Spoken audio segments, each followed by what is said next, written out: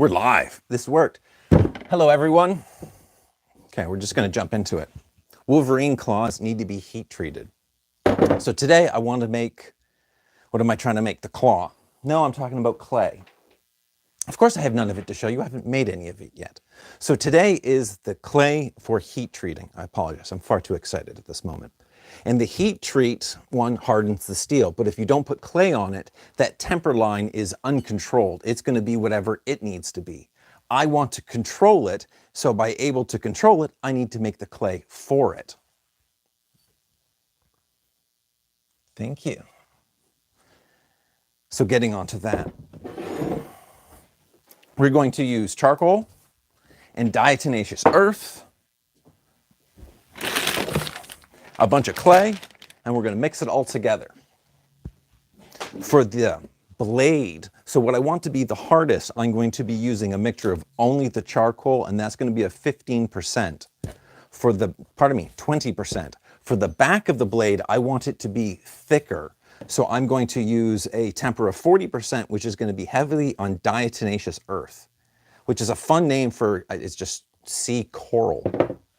But the important part of the sea coral aspect is when this is ground down, all of the edges are really, really sharp. So the clay particles are able to grab onto the majority of this substrate, allowing the shrink rate to be minimized as much as possible.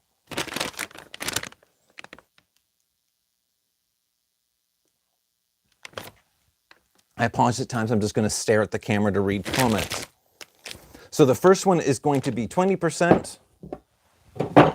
So I need a few things first. We're going to weigh it, but first I have to grind it and filter it.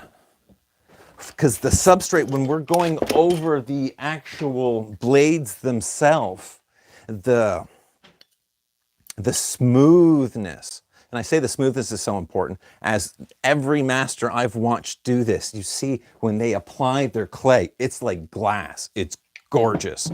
So I want to make sure I take the time to pulverize as much as possible, and more so, be able to filter as much as possible. On a note, I'm cheating right now because it's charcoal, but when it comes to the diatomaceous earth, sure, if it is food grade, you should never breathe it in. It's safer with the food grade, but don't breathe it in, wear a mask. Same with charcoal, really. But I live on the edge. If there is questions, I hope I will get to them and see them. I'm sure it'll be on the screen and such. Oh, you're awesome, handstand man. Thank you. Of course, everyone's awesome. So I learned from last time where I just continually ground it for the entire duration. This time I want to filter it as I go, so I'm not doing as much work. As I only need 20% of whatever the amount of clay that I'm using.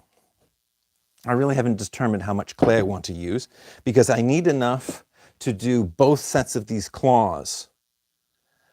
And with that, it all needs to sit for, I think, a minimum of a week now to allow the moisture to do everything into the clay. And I'm finding with others, I did a diatomaceous earth test, and the water kind of came out. I was able to pour it off, and the clay underneath just worked perfectly.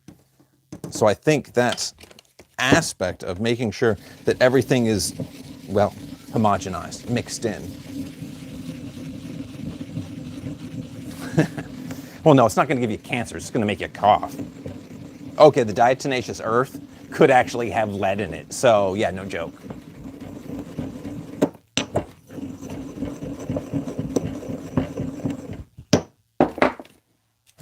There's something about the mortar and pestle that just makes it seem as if this is the magic portion of it.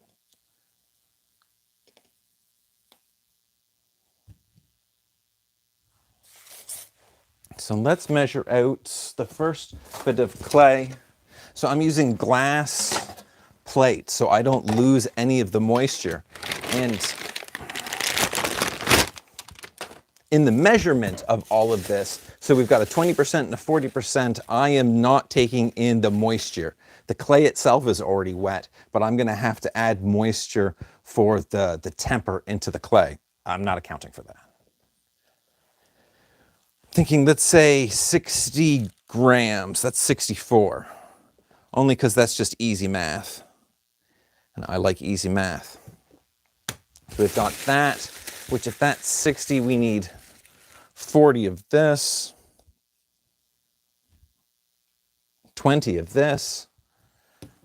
Math is such a skill. I should keep to blacksmithing. Good afternoon, Kent.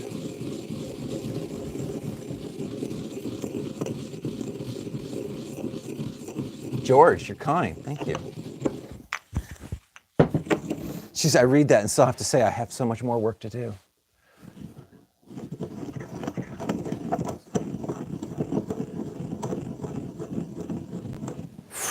The nicest video on YouTube? Hell yeah. Because honestly, we can all make those eggs and they are awesome. Okay, where are we? We got 11, and if that shuts off, I got to remind myself that there's still just 11 grams there. So if I forget, please remind me, 11 grams.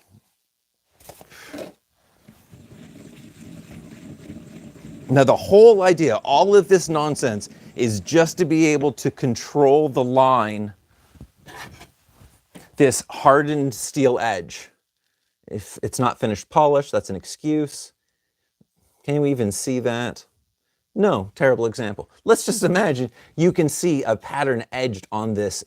The whole idea of this clay is to be able to control that pattern. And specifically for me, what I am working towards is considered, I think they call it a choji pattern, but it is a Buddhist bead pattern. It's just beads, individual beads, like 3/8 of an inch wide. I want to be able to do that pattern. One of my first swords had that Hamon, and I just thought it was the most beautiful thing in the world. Okay, if that's 11, we need 9.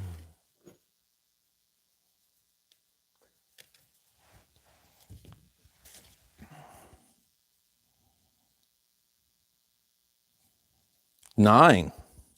Well, a heavy 8, but that's close enough. We can see what's going on here. So I smush it out, make it as thin as possible to get this all to enter in. As without that uniform, it's not going to dry and it's going to crack, which means I have to do it all over again. And I do not want to do this all over again. On that note, I've been working on this Bowie knife recently. I got to 12 attempts, 12 attempts with this clay before I understood the cracking and getting that under control.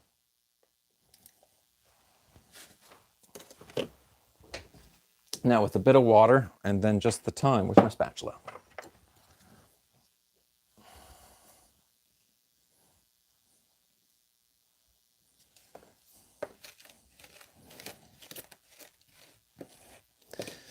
The charcoal used as a temper will also burn off in the forge, leaving just the clay, but it does take a surprising amount of time. Keeping the heat treat, bringing up that knife to like non-magnetic temperature, that clay still survives. Though on that note, when I heat treated it, I lost the clay. And the masters that I've been watching, when they heat treat their katana, that clay is still on. I'm missing something there, but we'll get there. Hello. Hakaimaru. Oh, my Japanese is horrendous. My latest video, someone commented that if you watched it in closed captioning, it was much, much funnier. Not that it was intended to be funny, but my pronunciation of Hamon changed periodically in that video. And as I also got to change the autocorrect, I have an idea. The spoken language. To you language people out there, that's way more difficult than mixing a bunch of dust into a bunch of dirt.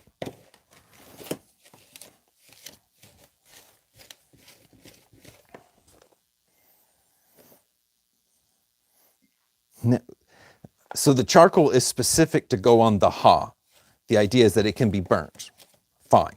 It also goes on the thinnest. But the back, which we're making up next with the diatomaceous earth, is also best, I think mostly aesthetically, that it's a different tone so you can see the difference of where the pattern is going to be, but then added to it, I don't know the name of this, and I apologize. There's a bunch of lines that go down the blade that intersect into the cutting area. That clay also is a thicker temper than what we're making now, so it's made out of diatomaceous earth. And there's the tricky one, because it stays, the best word I have is globular, to keep in position, but to stay thin.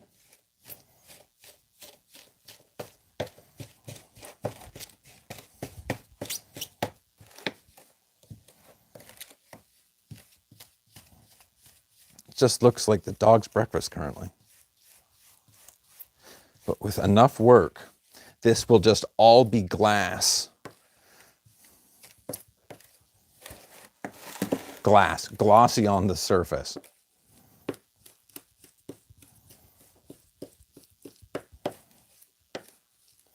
When it comes time to apply this for the claws, there,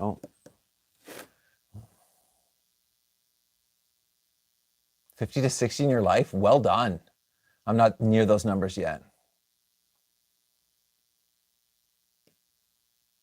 The spiky claws on the feet, yeah, those are a fun tool. Okay, on spiky claws at the feet, if the shuko and the ashiko are like brother and sister, if the teiko, well, wouldn't they need like the claws that go across the back of the hand? I think there should be the same for the feet. Some sort of ashiko again.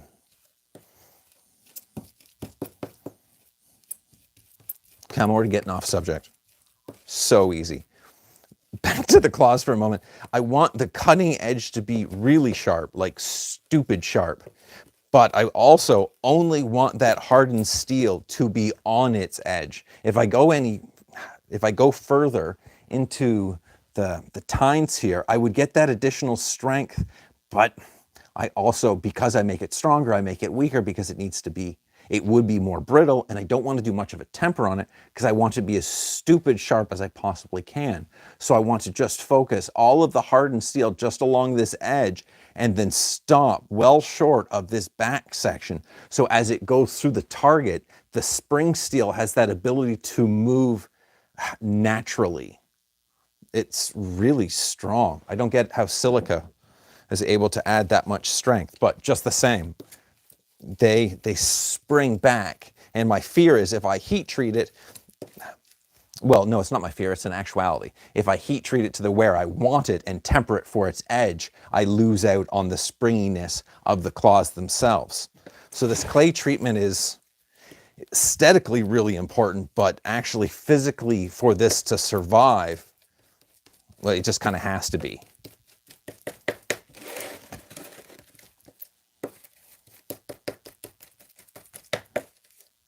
It's looking, I don't know how to describe it, like a weird pate. And it should have a full gloss over the top of the surface, but stay connected. It is still staying connected now. I just can't go past that point. And I think the magic is somewhere in between of that moisture area.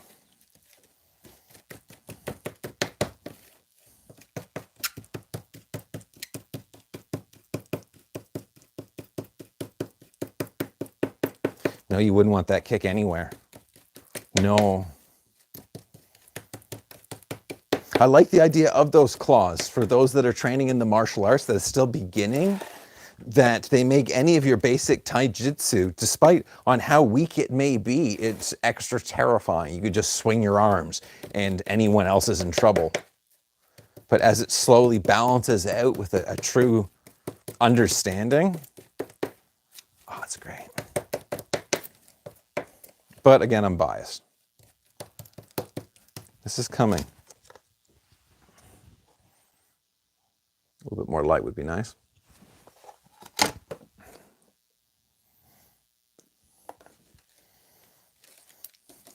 I'm going to mix a little bit more water into this as I'm learning, like all things, patience is a virtue. And if I let this sit just for a few moments to relax, I guess it's like bread. The longer it sits, the nicer it is to work. So as that sits, let's start making up the second batch. Now before we go on to the second batch, I'm going to distract with the first batch for the actual applying. This is the stand that I use. And the idea is the tang goes in place. And this is following the Smith that I enjoy. I thought it would be wedged to the side, but instead it's done side to side for control of that edge. What a great little design to be able to apply the clay. All of this just to control what that patterned hardened edge is going to look like. That's ready, that's not. We need 10 grams of this. Sitting all day dealing with traffic is a tough job. Yeah, that is beyond tough. You think breathing a little bit of charcoal dust is poison? No, that's tough. No. That's tough. It's up there with service jobs.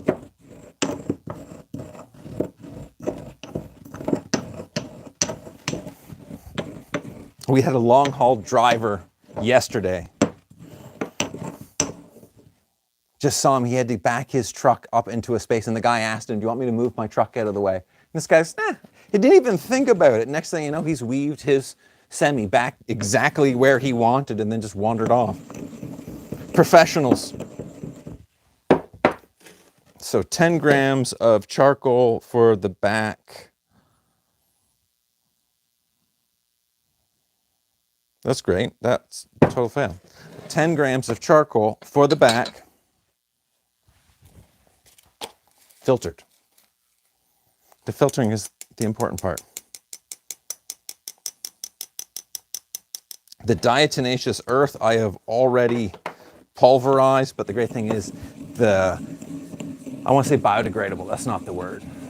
I don't know what the word is. It's the safe version. That, someone got passed down a katana from their father, katana. Japanese. The best way to authenticate it. Oh, that's easy to authenticate it. You just need to take a rubbing of the tang. Take the handle off, rub that tang with paper, a crayon, pencil, doesn't really matter. And then you can find people that are able to authenticate that quite easily, because anything of that quality would have paperwork. That's a fun gift to get. Jingle bells.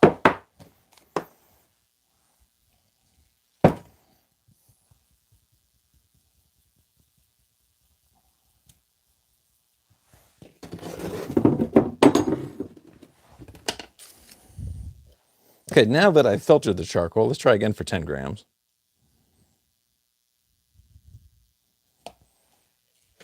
Three more grams.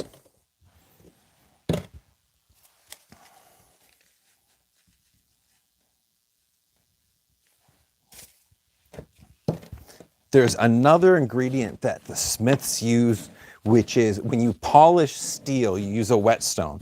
And that whetstone, of course, is a stone and slowly gives off grit with each polishing. And you have to true up those blades. The Smiths save and filter out, I'm looking down because that's where my filtered water is right now. And you filter that to get all of that grit back, and they put that into this secrets of what they add and what they don't add, or why they add it, or how long they let it sit, or how they apply it. Every aspect of it is an art, and it's just using really just a bit of dirt from outside and around the forge.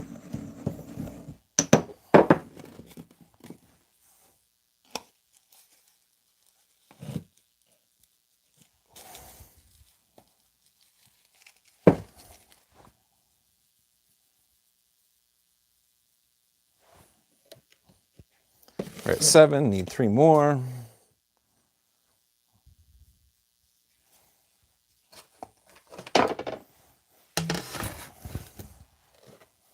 And now I'm going to double this one up for it's the back. Which means, what does that mean?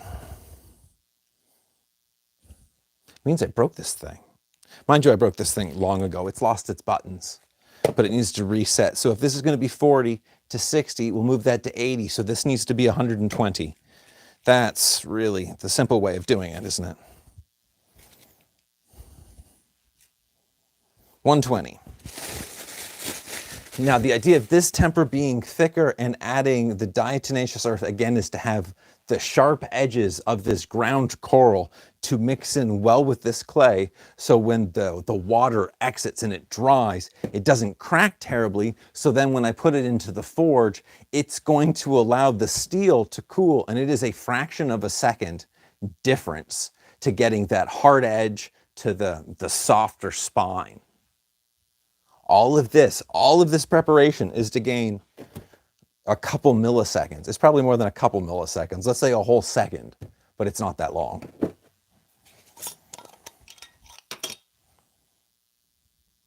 So 80. No, 60. Again, I'm sticking to forging. Math is not my forte. And diatomaceous earth, like, look how light this is. This is just 22 grams so far. We need 60, 50.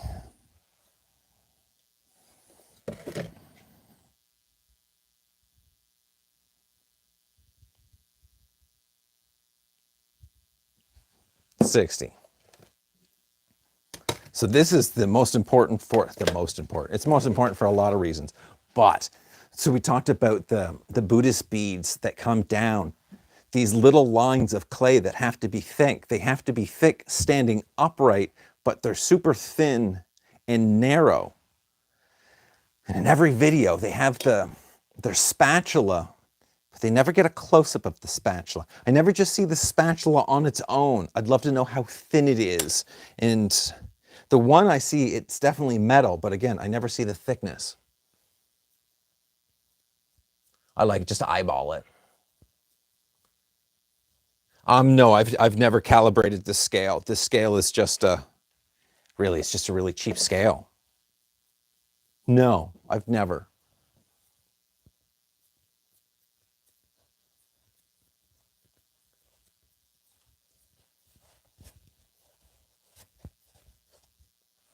Okay, so question, could you use fibers from like a fire retardant fibers to hold the clay together? Yeah, you so could. I think now I'm lost thinking of that. There's like multiple reasons why that would be beneficial. It'd be more time consuming, but the point is not about how much time it takes, but to be able to control this heat treat. Again, this is all just to control that one line wow, it's insanity. To control this one line that I can't even show you on film with the current polish of this knife. But that's what it just, to each their own. Okay, water for me. Water for let's be more bold here. It's gonna call for a lot more water. It's crazy on how much mass, how much mass the diatomaceous earth takes up because it is just so light.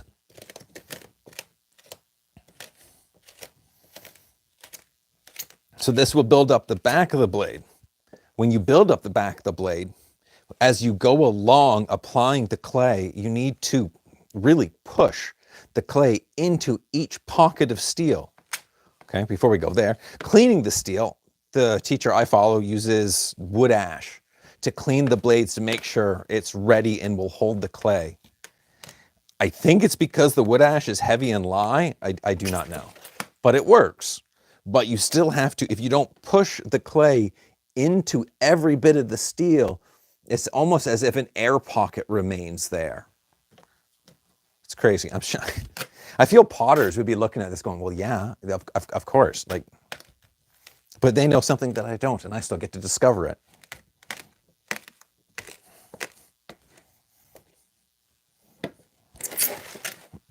And then to ramble further, my knowledge states that the back of the blade has to be thicker than the front of the blade.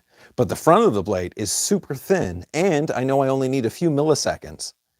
With my last, I'm calling it a fail because it's still cracked. They were tiny cracks, but a crack is a crack, just the same. I think I was applying the clay too thick. I felt that there was going to be more to that. There's not. It just, I messed up, I think. Because I'm letting it dry really slowly, so that should not be a factor.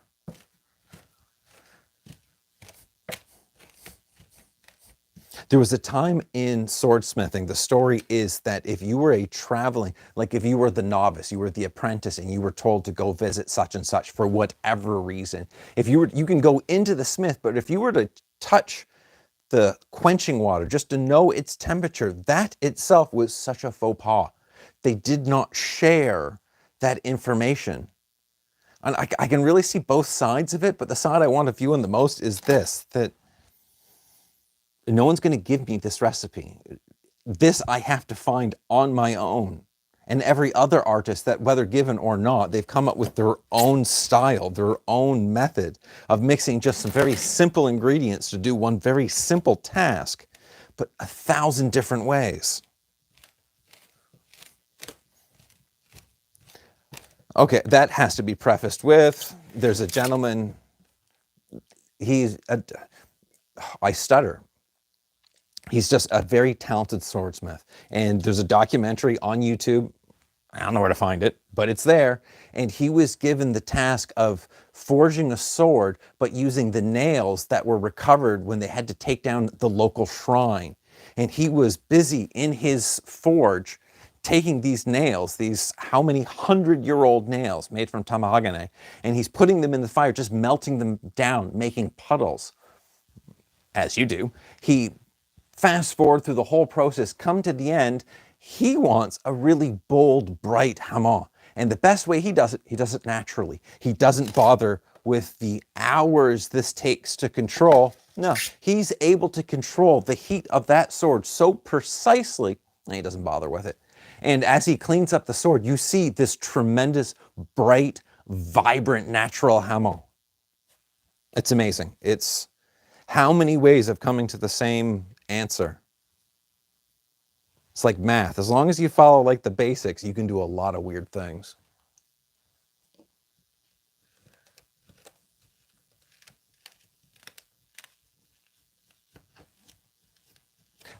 Okay, so is it inefficient to share the recipe? Yeah, I definitely, in senses, if you are studying with someone, but then I'm not technically studying with anyone. I've read and talked to people, but I've not been ever an official student.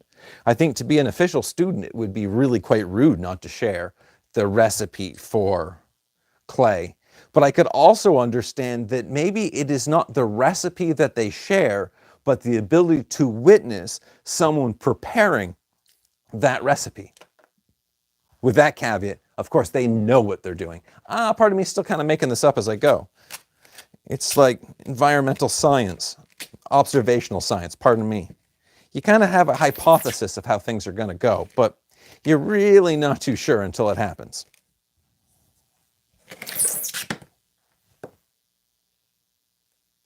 Is that a recipe for the smoke bombs? The smoke bombs, I think, would be a very personal recipe. It's not like I don't have time. This is going to take a while.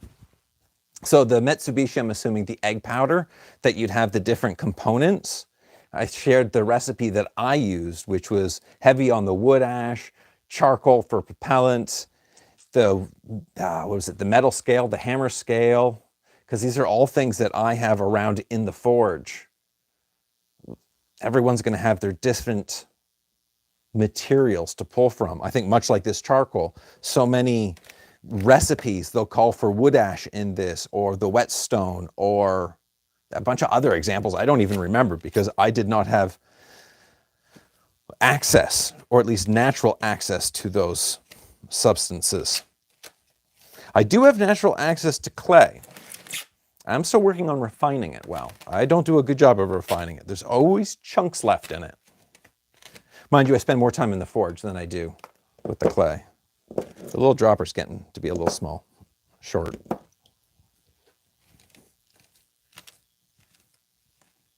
The cornstarch was totally surprising. Thank you. It was, I think, much like the diatomaceous earth, it is incredibly light.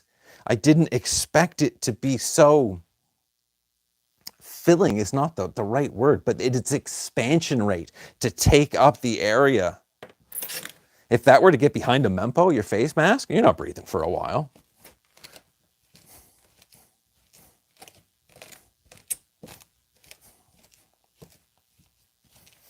I really expected this to be whiter. With that much diatomaceous earth and a little bit of charcoal, I thought we would get, I can't hold this onto a side yet.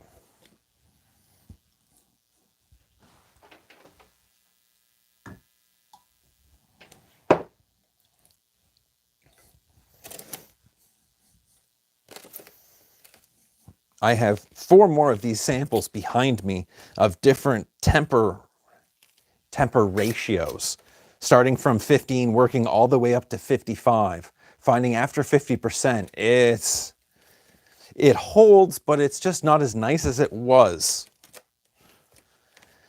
20, 25, 30, 35, 40. I really felt like at 30, I wanted to jump to 45, but felt the moment that I jumped to 45, if it worked, I would have felt it would have worked at 35. So I just had to keep being diligent and slowly build them up. But now that I have all of these extra sitting beside that I won't use because they don't work, I feel like, well, what the hell am I going to do with them? I can't just throw them out. It's tempered clay. I'm wondering now that I've watched, wow, I watched a video on YouTube of a dude that was making tempered clay that he could naturally fire, and he added a bunch of sand to be able to make up for that loss of water. So my thought is I'm going to make something out of that clay after entering temper of sand to it, see if that works. And then if it fails, at least I learned something.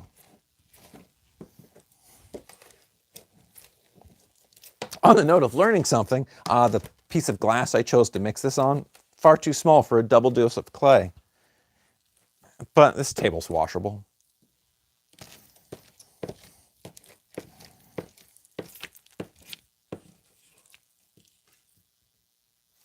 What got you into ninjutsu? That is a great question. I think the most important, what got me to truly question it was an art that you were never to use. And as an 8-year-old, I thought that was kind of stupid. Why on earth would I give so much time to study something that I was never to use? And now after studying it for over 20 years, I get that. Why would I ever want to use this?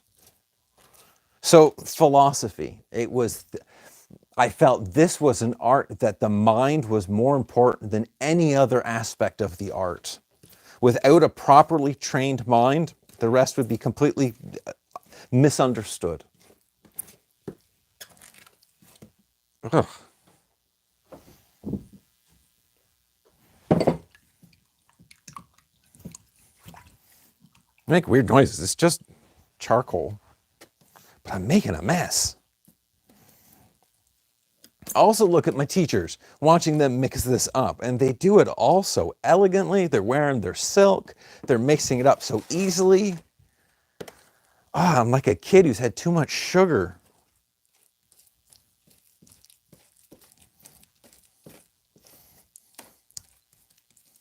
Okay, so is this a rant? Am I asking for help? Maybe a little bit both. When it comes to being able to control the pattern of steel, it means you can choose whatever shape you want. The first one that I chose wasn't the most interesting. When it comes to these claws, these are like Wolverine claws, the comic book character. But the idea is that it's like ninja based. It's real, but that idea that it's a psychological tool. And that all is just build up to, well, what kind of hardened edge should it have? Should it have like jagged, which seems wrong, but the prayer beads seem even worse for this style. That when you get to the point of being able to control, it's then, well, then how do you control it? How do you make this look when you have that ability? And for a sword, I totally feel that I understand the aesthetics, but for this, no clue. Total question. Maybe because it's fictional.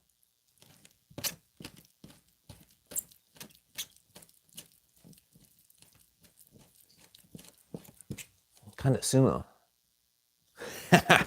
Yeah, but sumo is an awesome art. That's an art in itself, but I get what you're saying. And having a trucking and wanting to travel and use and study the martial arts, I wouldn't know how you go about that. You have to find a dojo in every different town. Okay, this is totally selfish, but I got to spend 6 months in France, not all the same 2, 3 month period, in which I got to travel to a bunch of dojos because that was a country in which I didn't spend or speak any of the language, which made training really awesome because all we could ever use was the little bit of Japanese we both had. Those are some of the best training times. Totally random. Did not know what I was going to come across with no language to help. So I get it, if you're trucking, that can be a real pain, but there could be a real beauty about finding a bunch of dojos on your trip that you could potentially train with from time to time. I say, try it. It's worth it.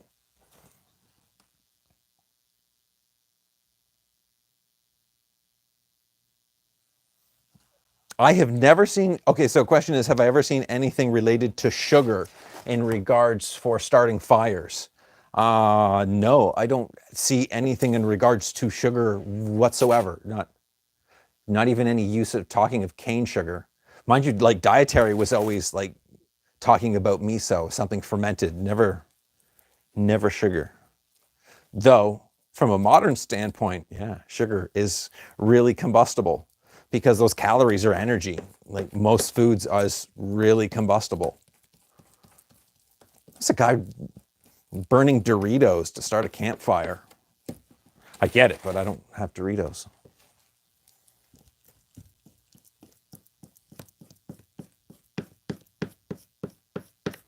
Share and learn, yeah. Travel to as many dojos as you can.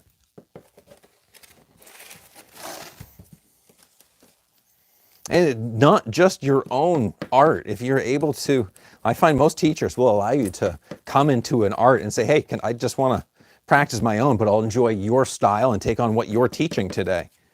There's a lot of value. I ran into a gentleman in, I think it was Lyon in France, karate, no English, but we had enough Japanese to go back and forth. That would have been a fun class to have joined. I say that all because the door to the room was broken and the dude punched it in to replace it. The mitts on, you could tell this was a man that practiced his punching drills. His hands were just gorgeous. Like, that door would have come down. Mind you, it was awfully thin door. Wow, we're way off subject from actual. Oh, but we're talking. I would love it. Okay, this is just a really kind comment that I'm ready to work with Tamahagane. I would love it. My shaping needs more work. I need to know that I can make a beautiful sword before I start melting and shaping that steel. Though, I have heard that there is like,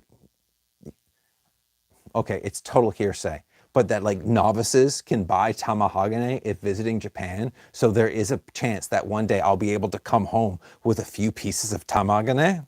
If I just had enough to make a knife, like just a little tonto, that'd be amazing. Having good steel is so much of the equation. That the modern steel today, you've got carbon, but you've also got, what is it, magnesium, zinc, nickel, maybe not even zinc, but there's 3 additives that I feel in my books are awfully shiny. There's something about newer steel. Talking steel, I'm not talking about composites. But now I'm really off. This is starting to look like something, and it's actually starting to act as it should. But it still needs more.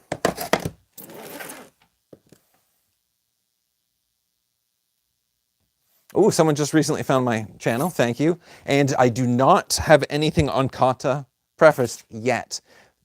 I wanted to jump directly into doing a video on kamae.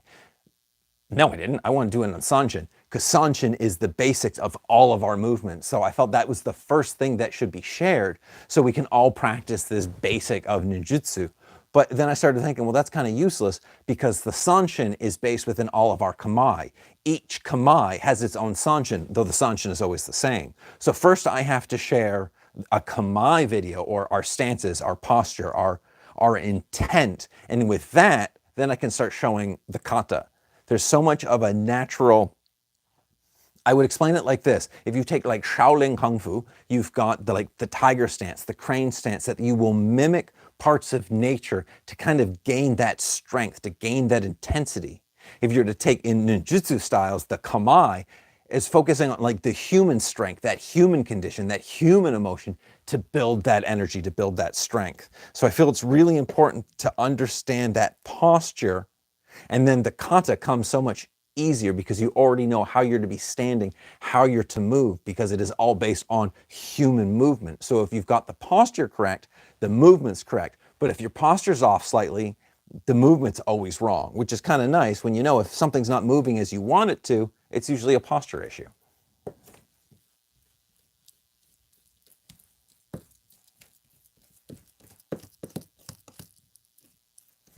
Oh, I haven't updated what I'm actually doing. Yes, I am making clay for quenching steel. I am working on being, I can't touch anything now because I'm a mess. Oh, I can touch this one. The idea is this clay gets smattered over this steel, so when I heat it up, this edge gets heated to non-magnetic, and the difference of quenching from this point to this point is a fraction to 2 of a second, which means the steel doesn't do the transition to a hardened steel. And as it needs to sit for a few weeks for all the clay particles to truly dissolve into this, it needs to sit for a few weeks, which is handy because the claws that this clay is being made up for still needs handles made. And the steel that's on it still needs to be made smaller. And none of that happens until the Bowie gets finished polishing. You know, there's 48 hours in the day and I still only had to sleep for like that set amount. I get a lot more done.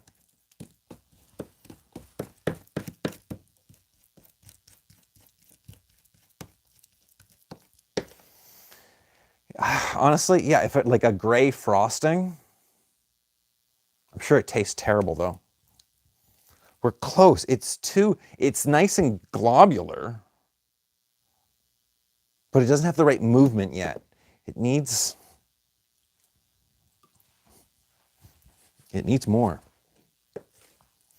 Which is ironic because once I add more of it, I know the longer it sets, the more of that moisture will work out of this clay.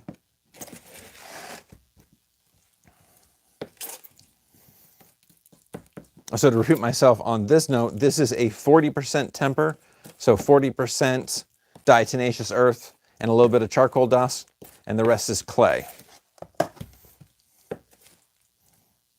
And this will be used for the back of the blade and for the little clay lines in the front. Now we're getting somewhere.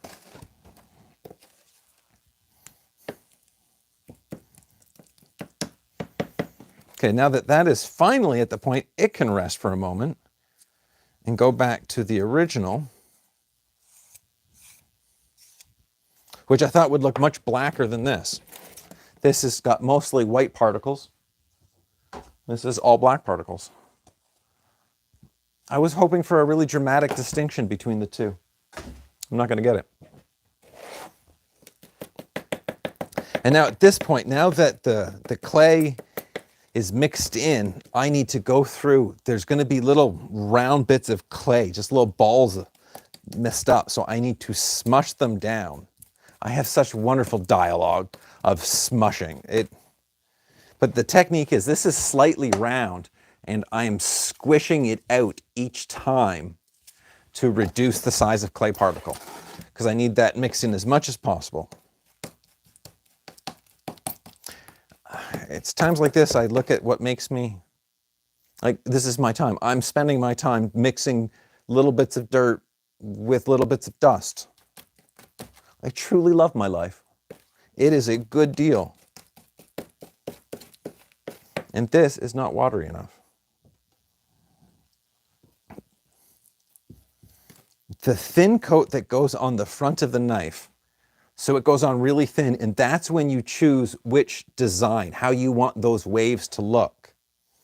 But when you apply it, it's like a misnomer. It's thin, but it's also not flat. How do you word that? The clay, like a bell curve, goes thin and then goes up to make that strong, bold line. When you see like the really beautiful. If you want to look at the best Hamon, look up Bizen. Bizen province had some of the best smiths, and they would have such cloud formations in their steel.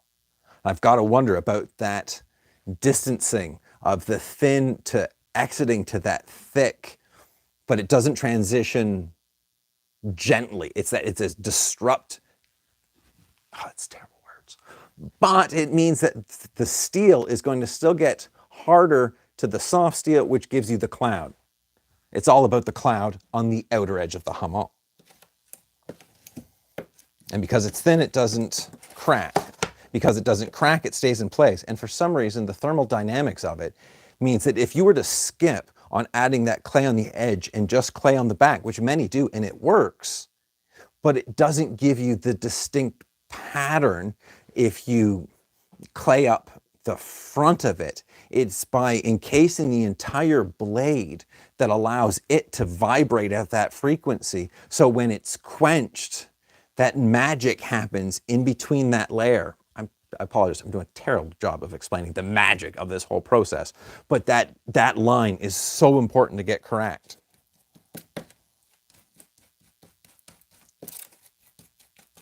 It's also important to get smooth. This is not as smooth as I would like it. I need a better way to pulverize the clay, the charcoal. Like waves at the beach. Like waves at the beach. All different size.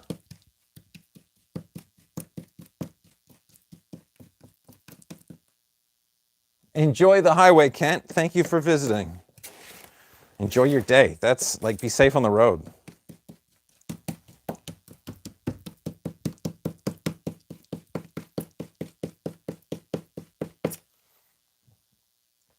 Zeno, thank you. You're awesome.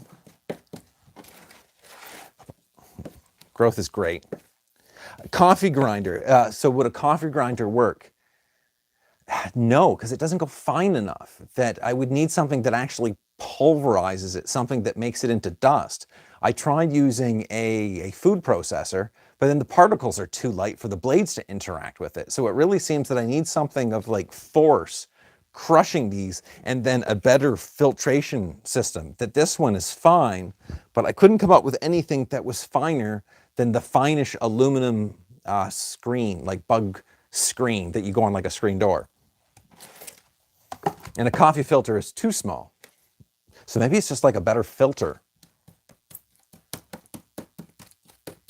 Or a finer coffee mill. I'm not spending good money on a coffee mill just to fill it full of charcoal though. That'd be bad for my charcoal.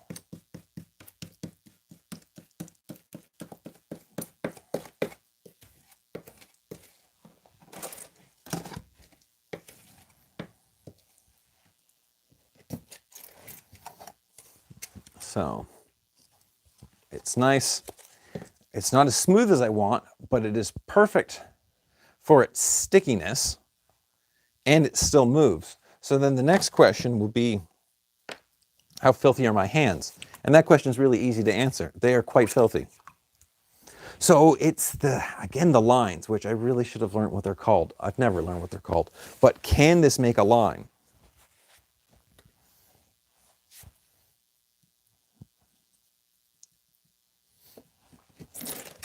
So there's the stickiness. This I've learned. I like that it's sticky. Yeah.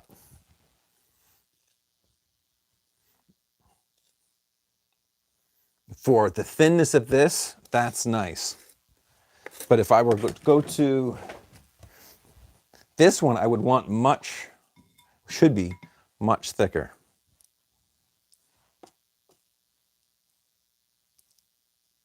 Oh, though it's not sat as long.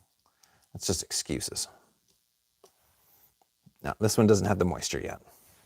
So this one passes. This one is done and can go away into its little container of 20% temper for those set of claws.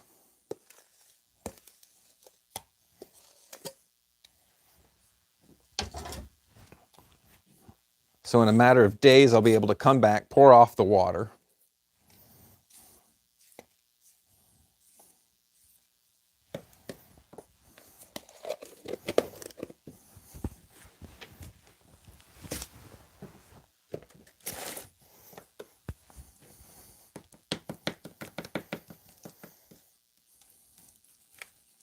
It's a fine line. When doing, changing topics to talk about this topic, mortaring bricks, when you're mixing up that mortar compound, you want that balance of moisture to whatever that stuff's made of, mortar.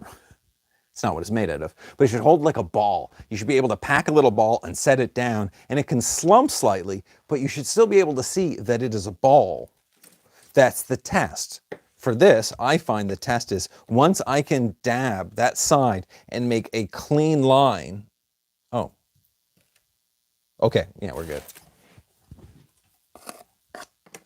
So we've got two lines. Once I can get that pulling up, can we see that? No. And then I can make a nice line. And I call that just a pass for that first level.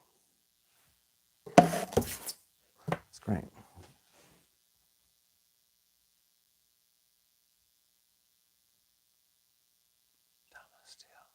Fun. I didn't know that. Dama steel?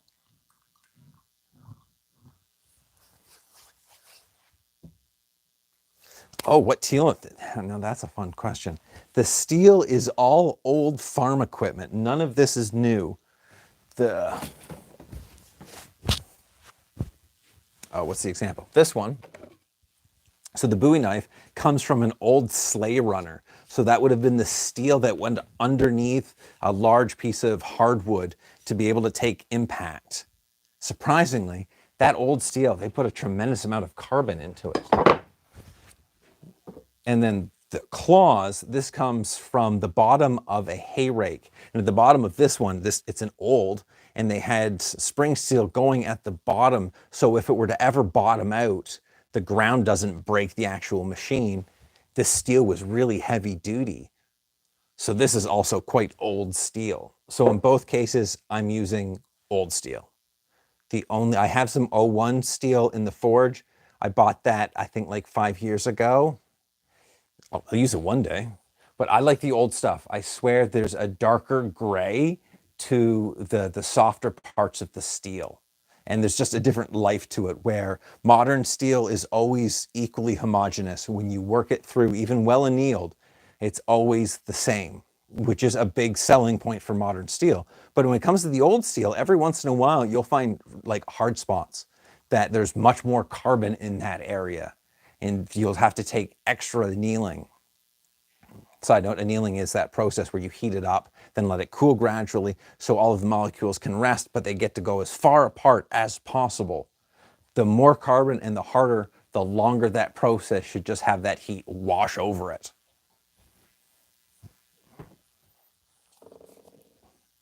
And I should mark these out.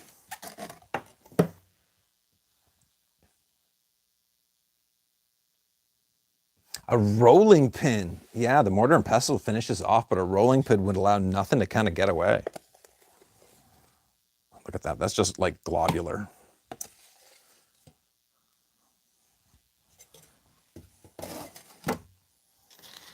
Yeah, a rolling. The traditional is a traditional Japanese, I believe it's a style of a mortar and pestle, is a steel wheel or stone wheel, I guess, depending on the time period, that is rolled in a V trough. I like that idea. One, that the pestle itself is sharp and tiny, but there's so much surface area where this is just not near the surface area. I feel that would be faster, but that only could be because I've never used one. This is 40.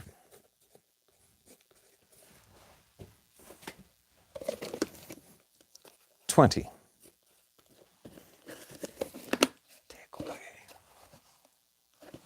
Yeah. We all like claws. I was really hoping I would come to a determination of what heat pattern this should be.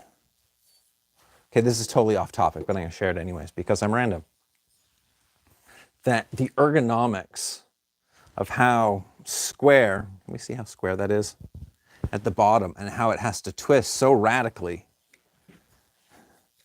to then be able to be square out the arm. which is all back to what should the Hamon look like, because it's such an ergonomic shape. It's such a natural shape. Should then the Hamon not also be just a natural shape? Hello.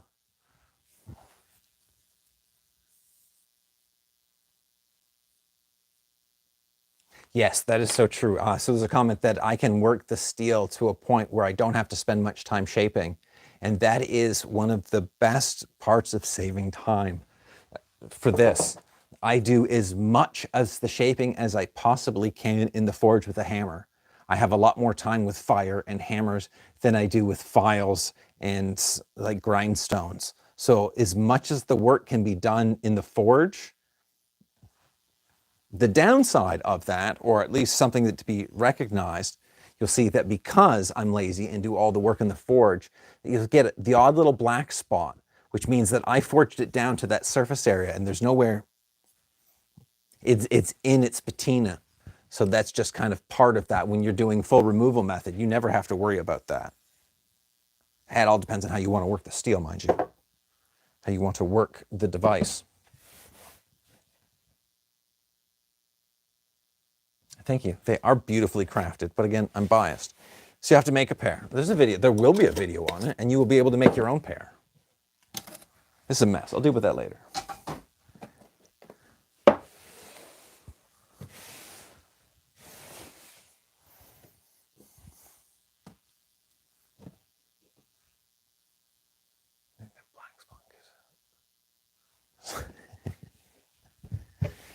Oh, the black spots give it a bit of pizzazz. Yeah, they do. You get a chance to look at the swords in the museums. There's a rare chance, like on the exquisite, on what royalty would buy, you get this perfect steel finish for the most part. But I think for us regular folks, that the steel that you'd see, yeah, was pitted because those guys definitely did not have great files. So they had to put every work into the steel into the forge. So it's like, how can I do any less? Especially when I'm dealing with such gorgeous pieces of steel that I've got 5/8 steel that was on an equipment that's over 100 years old already. There's one plate I took off that I could see the forge welding marks of the steel. Oh, steel's gorgeous. I'm awfully biased, but steel is gorgeous.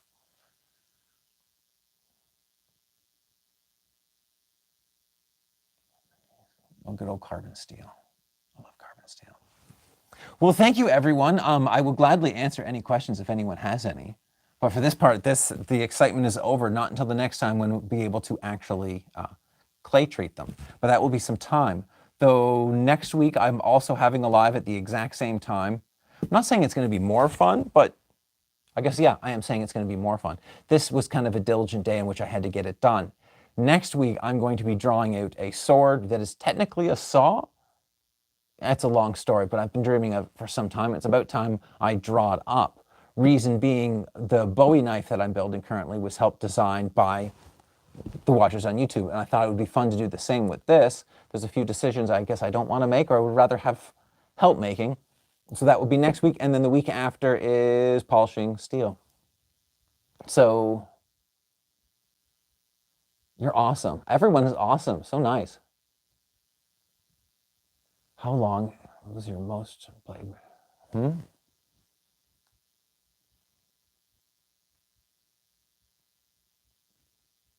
Oh, we got stories. And how long was the...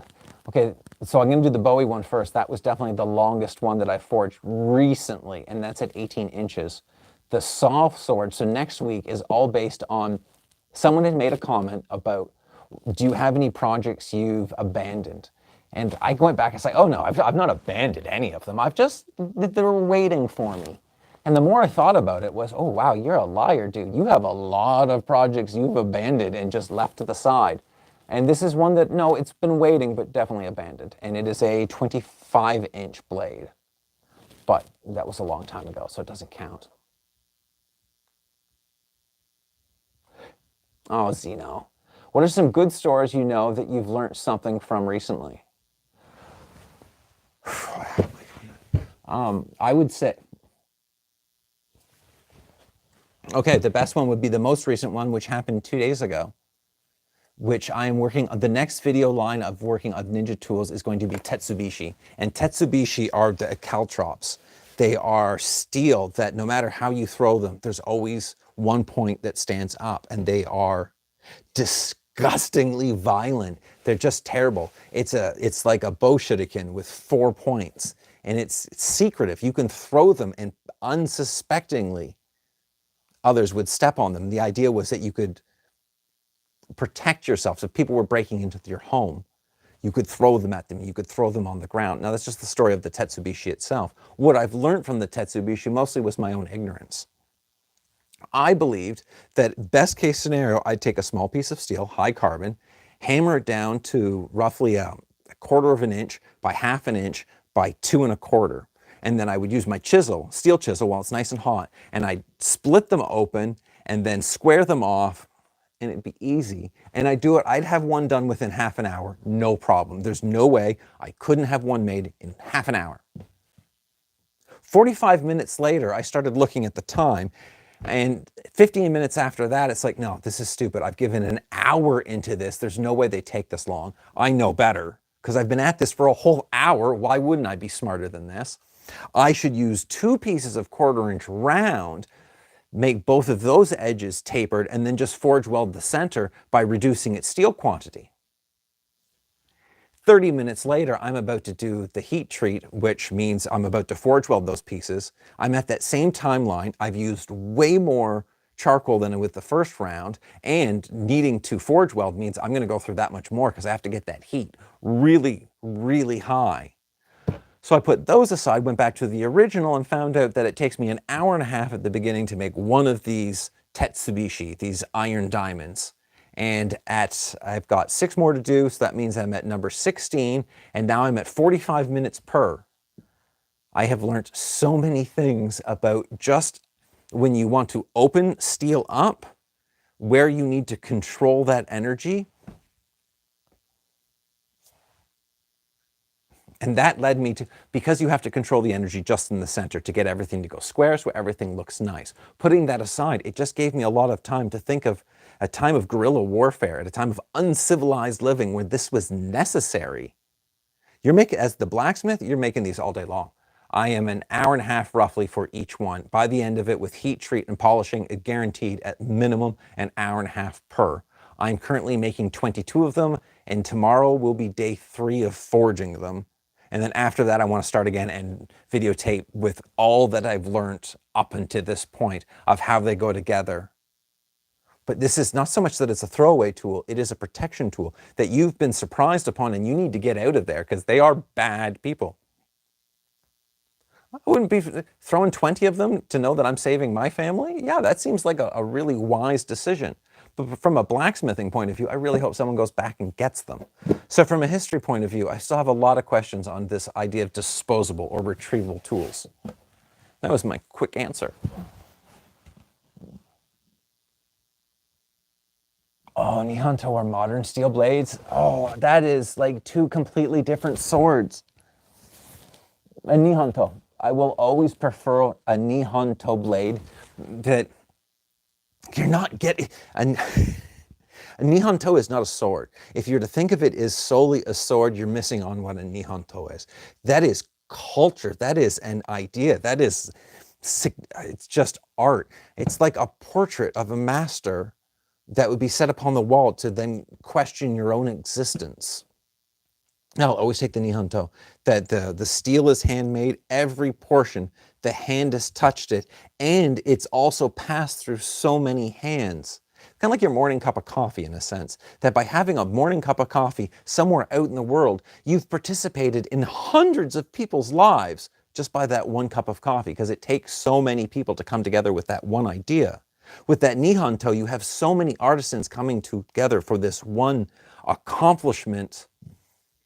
Yeah, that will always beat 100% anything I could ever make today. That will always beat it. I'm just some random dude. That is history. Bracket. But then there's like the modern stuff. I saw that someone had remade Samurai Champloo katana with the knife in the end.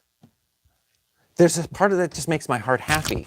That fills a need. It fills, yeah, the microphone's still there. It fills Yeah, it all has its places, just depending on for what role. Nihanto would love to have on the wall, but would it be my daily cutter? No, I'd feel, yeah, I'm not that rich. No, I'd have a modern one to cut that with.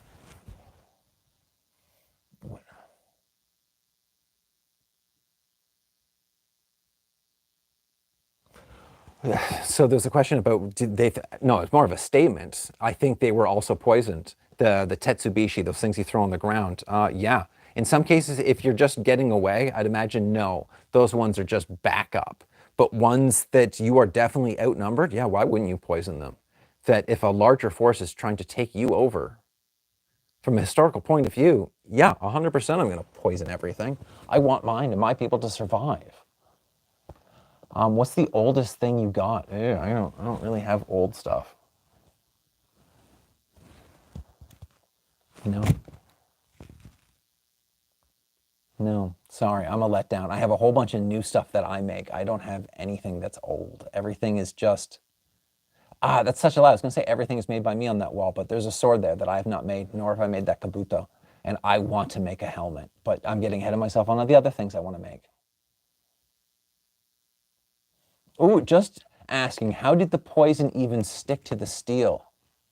That is a valid question. First of all, the easiest one was tetanus. You wouldn't have had a shot for tetanus back in that time, so just having steel rust would be enough to be poisoned. As for actually getting things to stick, it's really not that hard to find sticky substances, one of which they used was chicken poop, because it's pretty sticky. So there's lots of ways, lots of nature. The easiest way I would say was you could find any pine tree at the right time of year and you could pull a little bit of resin off of that. And you would only need a tiny amount of that heated up to put on any substance. And that will give you enough surface area to apply that poison. What's the coolest blade in fiction? That is like asking what is the best meal at a buffet. Can you have the, no, you can't have the coolest. I want to go to Star Wars. There's that blade that just extends out of the handle. It's not a lightsaber. That's an actual blade.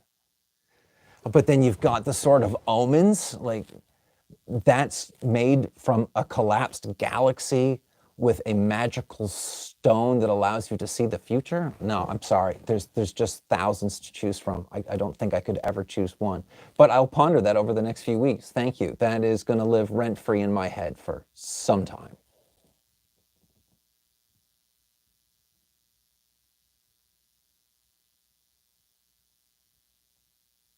The oldest thing I've created, like, oh, dude, you can go to Pinterest and look at old weaponry, and a lot of it is my stuff that is definitely not old. I got it. The oldest thing I have is in this box.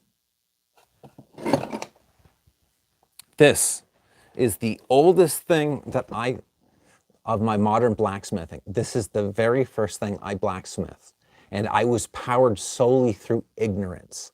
I did not even have a forge to work with, but I was going to Brock University and there was a city center that was close by.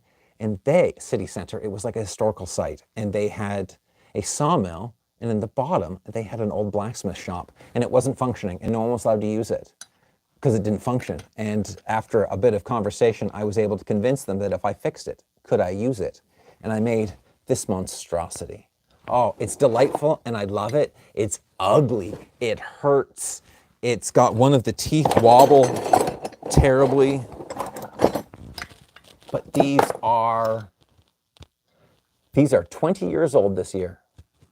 Well, happy birthday. Thank you. There's a compliment of, it's a nice box.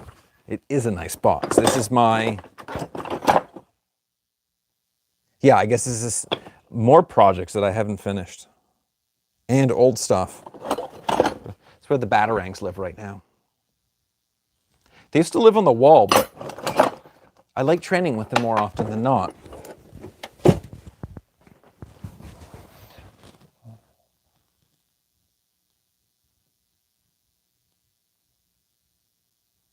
So as how long have I forged for? That's 20 years now.